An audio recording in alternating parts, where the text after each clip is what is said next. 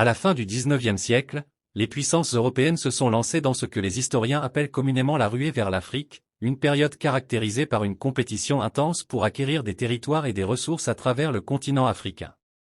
Cependant, au milieu de cette fièvre, la Russie est restée notablement en retrait de la course aux colonies africaines.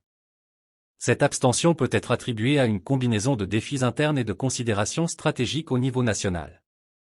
La Russie faisait face à d'importants troubles politiques, économiques et sociaux à la fin du XIXe siècle, notamment des mouvements révolutionnaires et un mécontentement parmi diverses classes sociales.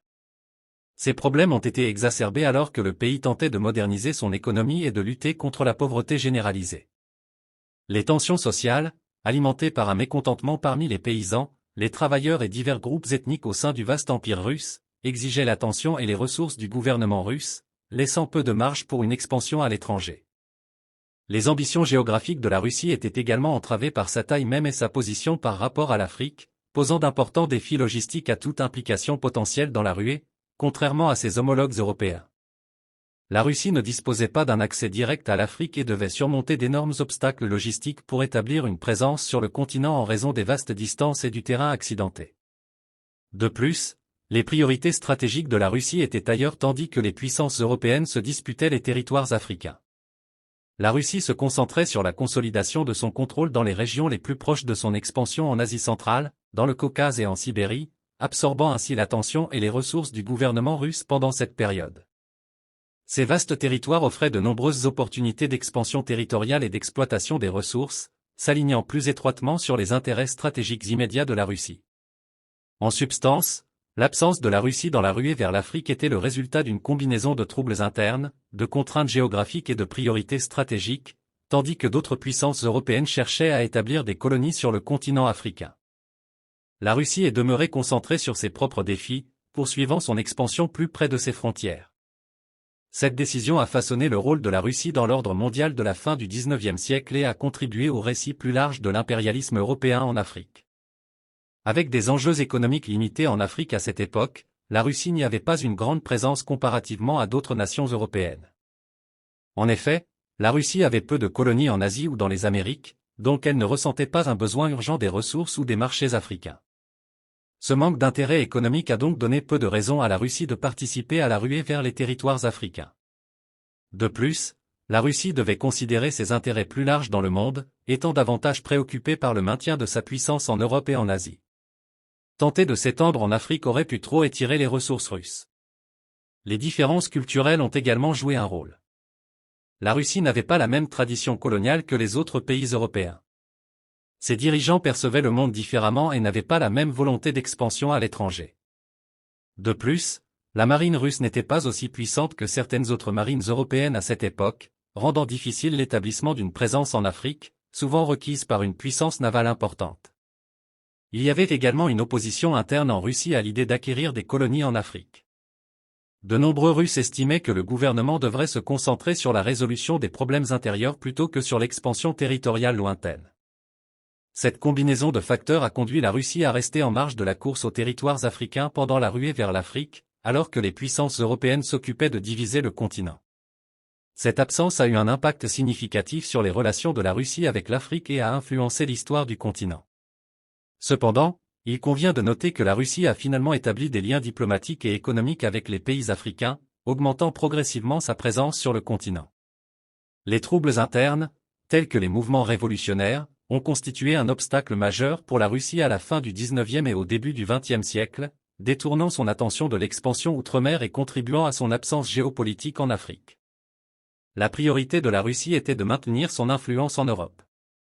Les dirigeants russes, tout comme leurs homologues asiatiques, craignaient que la poursuite des intérêts coloniaux en Afrique n'affaiblisse la position de la Russie. Plutôt que de s'engager dans cette voie, ils ont privilégié une expansion territoriale plus proche de chez eux sur le plan économique.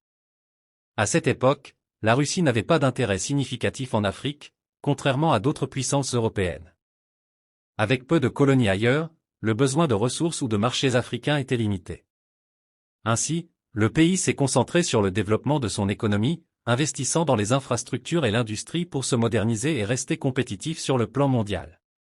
L'approche de la Russie différait de celle des autres puissances européennes en raison de l'absence d'une forte tradition coloniale. Les dirigeants russes percevaient le monde différemment et ne partageaient pas la même volonté d'expansion à l'étranger. Cette différence de perspective culturelle représentait un défi pour la Russie lorsqu'elle envisageait de s'impliquer dans les efforts coloniaux africains. De plus, il y avait une résistance considérable au sein de la Russie contre l'idée de poursuivre des intérêts coloniaux en Afrique. De nombreux Russes critiquaient leurs dirigeants, préconisant plutôt un accent mis sur le développement interne et l'amélioration du bien-être des citoyens plutôt que de s'aventurer dans une expansion à l'étranger. Les répercussions de l'absence de la Russie en Afrique étaient importantes alors que d'autres nations européennes divisaient et exploitaient les ressources et les peuples du continent. La Russie était donc absorbée par ses luttes internes et ses efforts d'expansion territoriale. Les liens de la Russie avec l'Afrique sont restés limités, et le récit historique du continent a été largement influencé par les actions d'autres puissances européennes. Cependant, il convient de noter que la Russie a progressivement établi des relations diplomatiques et économiques avec les pays africains, augmentant ainsi sa présence sur le continent. La dynamique de l'engagement de la Russie avec l'Afrique a été façonnée par des facteurs historiques tels que son absence dans la ruée vers l'Afrique, son passé communiste et ses efforts continus pour étendre son influence dans la région. Le contexte historique de l'interaction de la Russie avec l'Afrique présente à la fois des opportunités et des obstacles alors que le pays vise à renforcer ses relations avec le continent. En outre, l'engagement de la Russie en Afrique est influencé par la dynamique géopolitique, notamment sa concurrence avec les États-Unis et la Chine en tant que puissance mondiale cherchant à étendre leur influence sur le continent africain.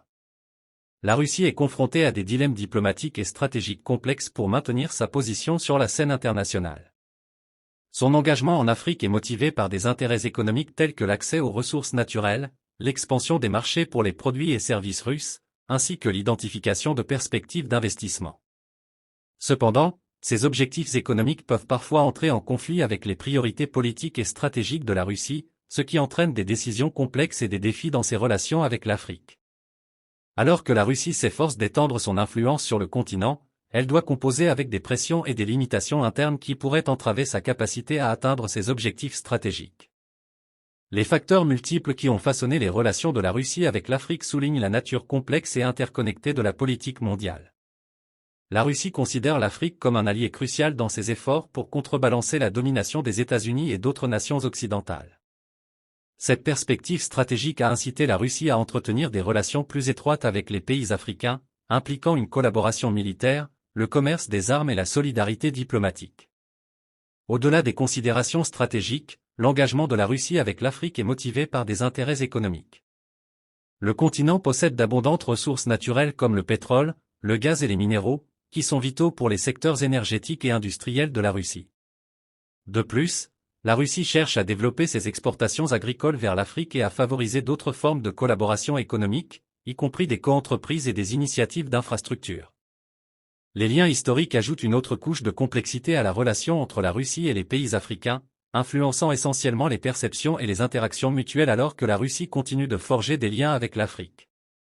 Ce partenariat restera un point focal dans l'arène mondiale, ayant un impact sur la dynamique géopolitique et les paysages économiques du monde entier. Si vous avez trouvé cette vidéo intéressante, assurez-vous d'appuyer sur ce bouton j'aime et n'oubliez pas de vous abonner.